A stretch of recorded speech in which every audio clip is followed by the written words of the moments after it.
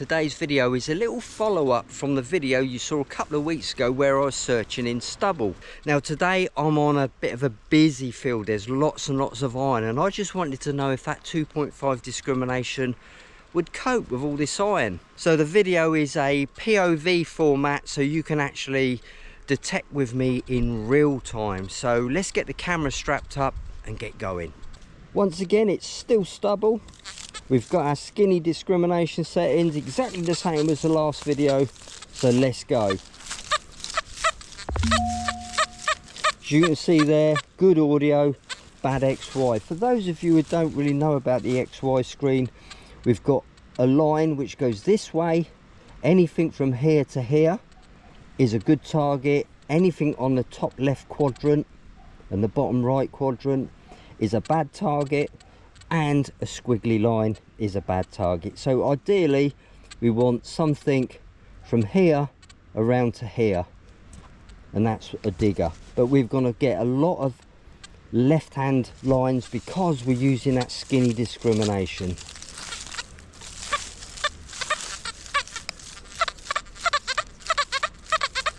So that one's telling us it's iron. Again, iron. So the reason I used that really skinny discrimination on the last video is because the field was really quiet.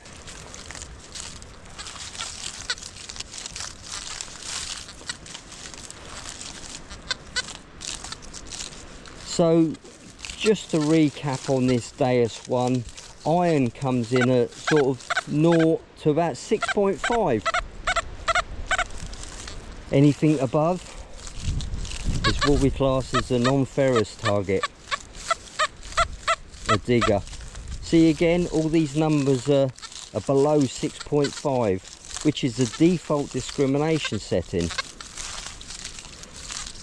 So if I change the discrimination to the default 6.5, all these iron sounds will sound like iron. I won't be getting the positive sound for it, which I'll demonstrate in a minute.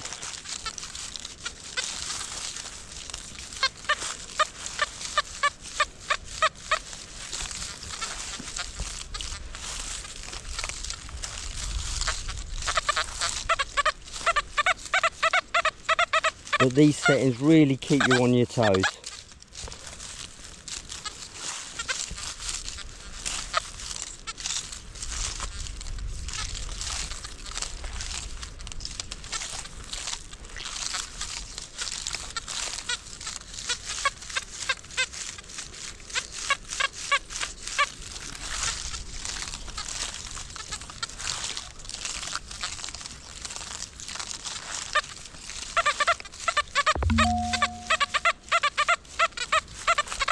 There you are, it's coming up at 2 or 3, so just for argument's sake, so if I go to the discrimination and raise that up to, let's say, 5, anything below 5 will now give us the low tone.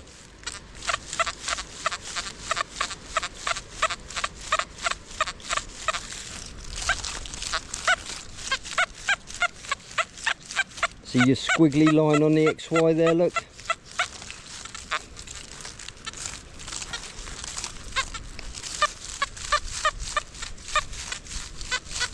No, almost, but not quite there.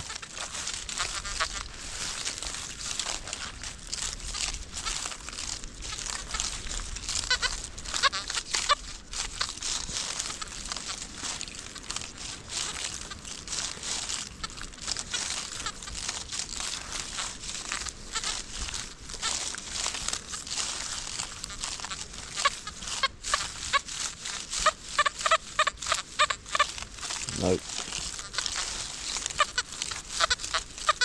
You can hear how much iron's in this field. There's absolutely loads of it, but there's some occasional nice finds come out. There you go.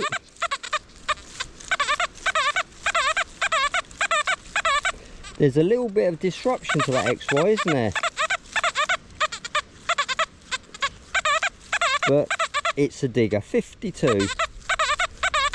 Now that to me looks like a cut quarter, but it doesn't look silver, so perhaps it's a quarter of maybe a copper coin, but it's certainly got the right shape and size to it. Maybe it'll be silver once I've cleaned it up, who knows. It's the right size, right shape and right location. So by raising the discrimination up to suit the field I'm searching on, made my life a little bit easier. But like we've always said, there's probably no program for every site, is there? You've just got to make these little tweaks to suit your fields.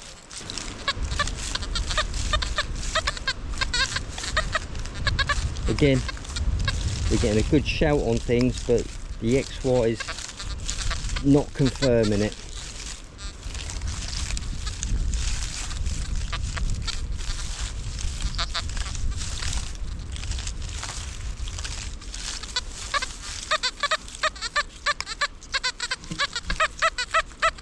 That's good, huh? What we got, 77, 78, something like that? That'll do.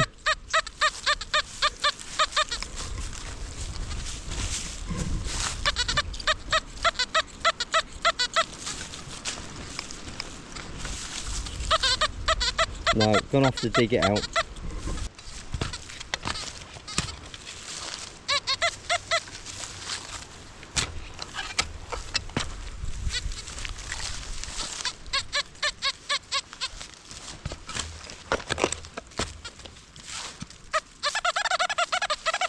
Oh, dude.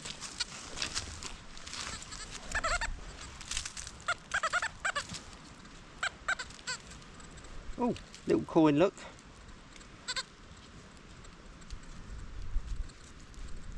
That could be a Roman coin, you know. Let's just give that a little clean up. That looks to me like a silver washed Roman coin. Look at that. Yeah, well done, Gary. Do you know what, I'm just wandering along here thinking in my own world, what makes this pitch audio so special? Well, regarding the pitch audio, the relic mode and the goldfield modes on the Deus 2 both use a form of pitch audio, and the goldfield mode in the Deus 1. And then of course you've got the pitch program. Now I think what makes it so special is the discovery sweep. Now I tend to look at these things as having two sweeps. You've got the discovery sweep and the hone-in sweep. The discovery sweep is when you're just detecting along and it stops you in your tracks. The hone-in sweep is when you've actually found the target and then you're wiggling over the top of it. A lot of these patio tests and test beds are all done with the hone-in sweep. So if you boost the power up to get maximum depth, that doesn't mean to say that that machine is going to be usable in the field. So this is where I believe that the discovery sweep is more important than the hone-in sweep, because that's the one that stops you in your tracks in the first place. So I think the pitch audio has a really good discovery sweep. You get lots of information and it just stops you on a target. There's no doubt about it. Anyway, that's my theory about it. So do you use the pitch audio? If so, let us know in the comments below. It'd be good to hear how you get on with it. And once you've been using the pitch program for, you know, 5-10 minutes, you sort of get your ear into it and it all makes sense.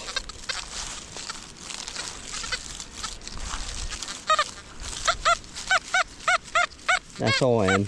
See the XY is going that direction.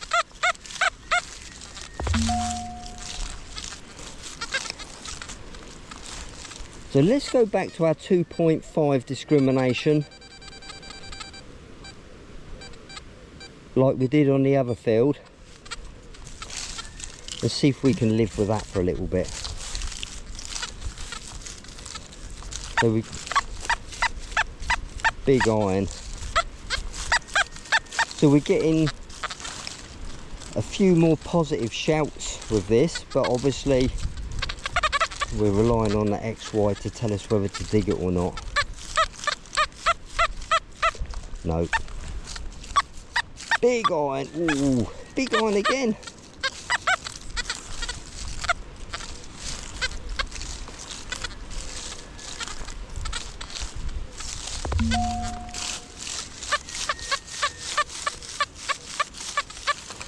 Let's go to the other end of the scale, shall we? Let's go up to 10 discrimination.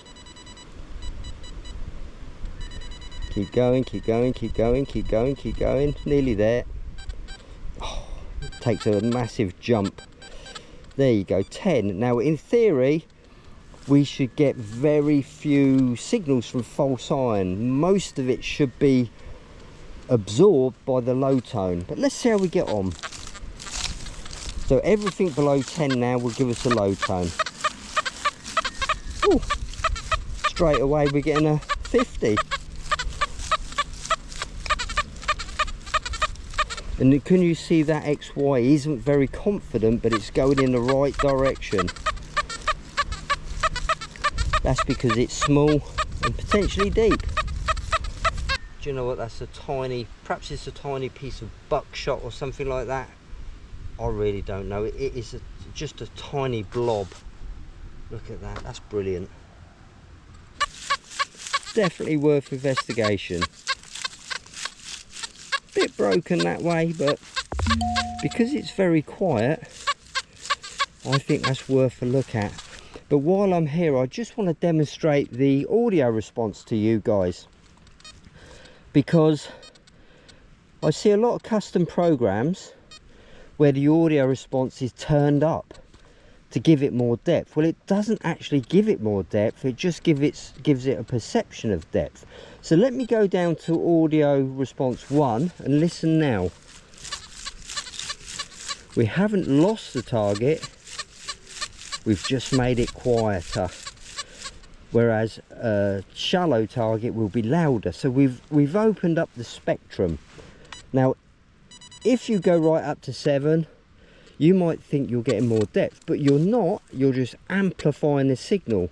But what you're also doing is amplifying the ground and any potential buzz which is with that signal. Have a listen to it now.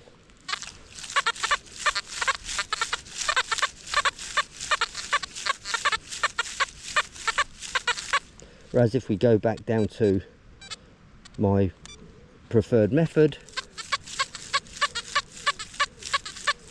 sounds better, doesn't it? So use that audio response with caution, and that applies to the Deus 2 as well. Don't ramp it up thinking you're getting more depth, because it's smoke and mirrors. It really is. When you ramp it up, you're amplifying not just the good bit of the target, the bad bit as well. And if a target's deep, it's going to have some fringe iron tones with it, so you're just making them louder, and it may put you off digging a target. Anyway, let's go and have a look at this target, see for what it is. There it is. That was actually a coin, and it was on edge, so that was a good call, that one. Oh, and while I remember, I've started doing the XP one-to-one tuition days. So if you want to spend a day detecting with me with your Deus 1, Deus 2, and get the heads up on the latest techniques, give me a shout and come out detecting for a day or a morning. The links are on the Skill School website. I'll post the links below in the comments, and you can get hold of me through that. And also, in conjunction with Hailing Detect, we're doing metal detecting experience days for groups of people. So if you've got some people or some friends who have never detected before, or perhaps work colleagues, that sounds good, or some work colleagues, you can get hold of us through the Hailing Detect website or the Skill School website, and we can give you some more information. Let's have a look at this target. Looking like lead. Yes, this piece of lead, look. Whee. So yeah, that's the detecting experience day. So if you want to come out and try metal detecting for the first time with friends or work colleagues, we supply the machines, we supply the digging tools, we even supply lunch. And you can come along with us and you can dig some pieces of lead like this as well. There you go, white feather. Afternoon, Dad. Nice of you to drop in. Pretty good. Coming up at, I don't know, early 80s with a really nice XY.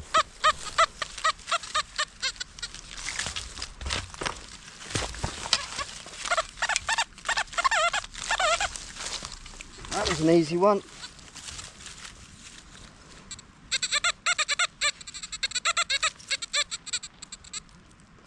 Little coin, look, there you go, tiny little coin.